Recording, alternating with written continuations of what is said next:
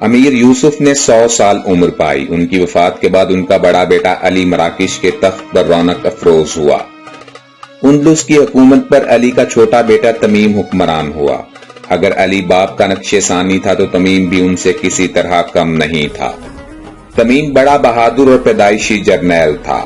نئی حکومت اور کم سن حکمران دیکھ کر عیسائی ریاستوں نے اسلامی ریاستوں پر یلغاریں شروع کر دیں۔ تمیم بہادر باپ کا جیالہ بیٹا تھا۔ الفانسو کی زیادتیوں پر بھڑک اٹھا، مسلمانوں کی بے کسی پر ضبط نہ کر سکا۔ سیٹ کے زخم اسے یاد تھے۔ بلنسیا کے مظلوموں کے ساتھ جو کچھ عیسائیوں نے کیا تھا اس کی آنکھوں میں اس کا تصور موجود تھا۔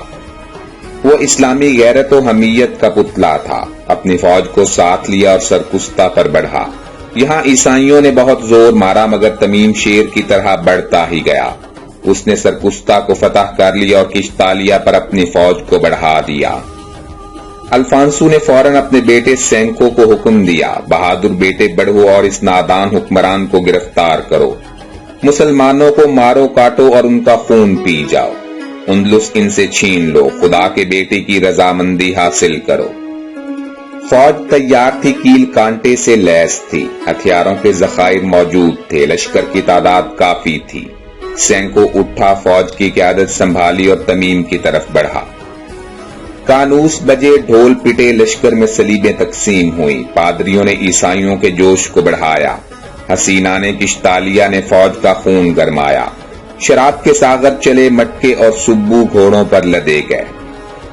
سینکو کی فوج گھوڑوں پر سوار ہوئی، تلواروں کو بوسے دیے، مسلمانوں کو صفحہ اندلس سے مٹا دینے کا عہد کیا۔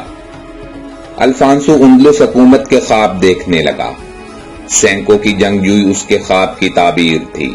اسے کامل یقین تھا کہ سینکو مسلمانوں کے خون کی ندیاں بہا دے گا اور تمیم کا سر کاٹ لائے گا۔ کشتالیہ دور رہ گیا، سینکو لشکر لیے دور نکل آیا۔ مجاہدین نے گرد اڑتی دیکھی، دور بہت دور بگولا سا نظر آیا۔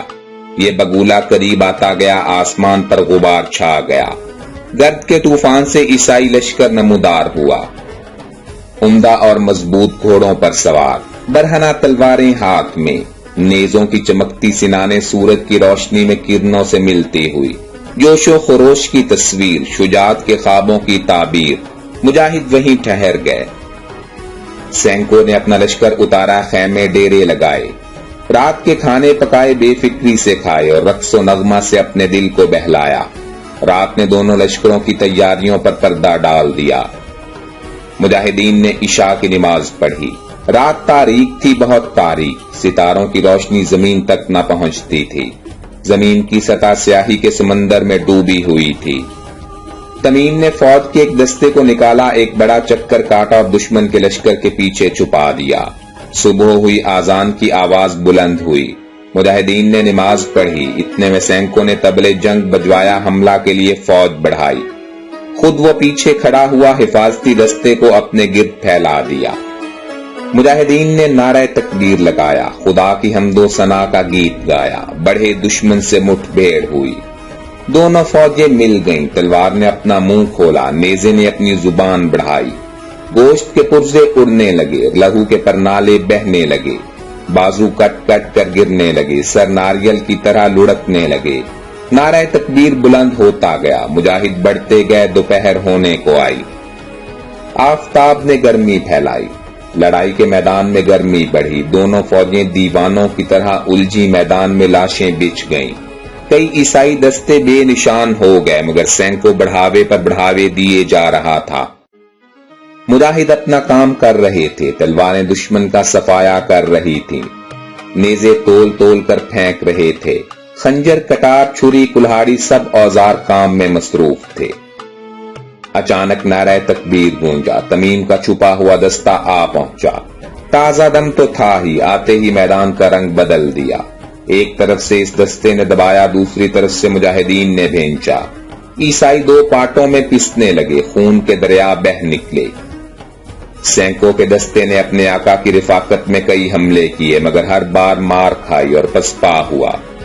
تمیم نے سامنے سے ایک زوردار حملہ کیا، اس حملہ کا توڑ نہیں تھا، عیسائی پیچھے کو بھاگے، مرے کٹے اور کچلے گئے۔ پیچھے سے اسلامی دستہ نے زور مارا، سینکو نے بڑی کوشش کی مگر اٹھے ہوئے قدم نہ رکے، بھاگے ہوئے لشکری نہ ٹھہرے۔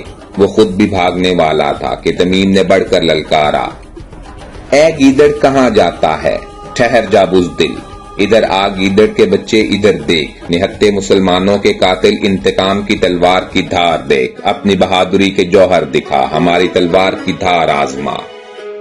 سینکو نے دیکھا، چاروں طرف مسلمانوں کی تلواریں تھیں، نیزے تھے، خنجر تھے، اس کی فوج کے جوان پرانے ستونوں کی طرح کٹے پڑے تھے، لاشوں سے ابھی تک تازہ خون بہ رہا تھا، زخمی سسک رہے تھے، کراہ رہے تھے، دم توڑ رہے تھے، تڑپ رہے تھے، مر رہے تھے۔ وہ اپنی فوج سے کٹ چکا تھا، اس کی بچی کچی فوج اپنی جان بچانے کی فکر میں تھی، اس کے دستہ خاص کے سپاہی بھی پسپا ہو چکے تھے۔ وہ ابھی حیران ہی تھا کہ پھر تمیم نے پکارا، بے حیا اوباش کیا دیکھتا ہے، مکار اب کہاں جائے گا، ہمت ہے تو ادھر آ۔ سینکو یہ سب کچھ دیکھ کر جیسے خواب سے جاگ اٹھا، جھٹ سے تلوار اٹھائی اور تمیم پر حملہ کر دیا۔ تمیم نے وار روکا، اپنے گھوڑے کو قریب لایا اور ایک ایسا ہاتھ مارا کہ سینکو کا سر کٹ کر دور جا گرا، جیسے گیند ٹھوکر سے دور جا پڑتی ہے۔ عیسائی فوج بھاگی تو کشتالیا پہنچ کر دم لیا۔ الفانسو نے فوج کی شکست اور بیٹے کی ہلاکت کی خبر سنی تو حواس کھو بیٹھا اور چند دن بعد اپنے بیٹے سے جا ملا۔ یہ وہ عیسائی بادشاہ تھا جو ہر طرف اپنی طاقت اور عیاری کے مظاہرے کرتا پھرتا تھا، جس کے نکاح میں معتمد کی بیٹی تھی اور جو اسلامی حکومت کو ایک آنکھ نہ دیکھ سکتا تھا۔ تمیم اب کشتالیا پر بڑھے، اسے روندا اور پوری ریاست پر قبضہ کر لیا، دشمن کی طاقت کو ختم کر دیا، اس کے بچھائے ہوئے جال توڑ دی اور بتا دیا کہ مسلمان زندہ ہے اور زندہ رہے گا۔ ناظرین، اسی طرح کے دلچسپ اور معلوماتی واقعات سننے کے لیے آپ ہمارے چینل ہسٹورک انفو کو سبسکرائب کر سکتے ہیں اور گھنٹی کے نشان کو بھی ساتھ ہی دبا دیں تاکہ آپ کو ہماری ہر نئی اپلوڈ ہونے والی ویڈیو کی نوٹیفیکیشن بر وقت مل سکے۔ اسی طرح آپ ہمیں فیس بک پر بھی فالو کر سکتے ہیں۔ ایسا کرنے کے لیے ہمارے فیس بک پیج ہسٹورک انفو کا لنک ڈسکرپشن باکس میں موجود ہے۔ زندگی رہی تو جلد ہی دوبارہ ملاقات ہوگی۔ اپنا بھرپور خیال رکھیے گا۔ اللہ حافظ۔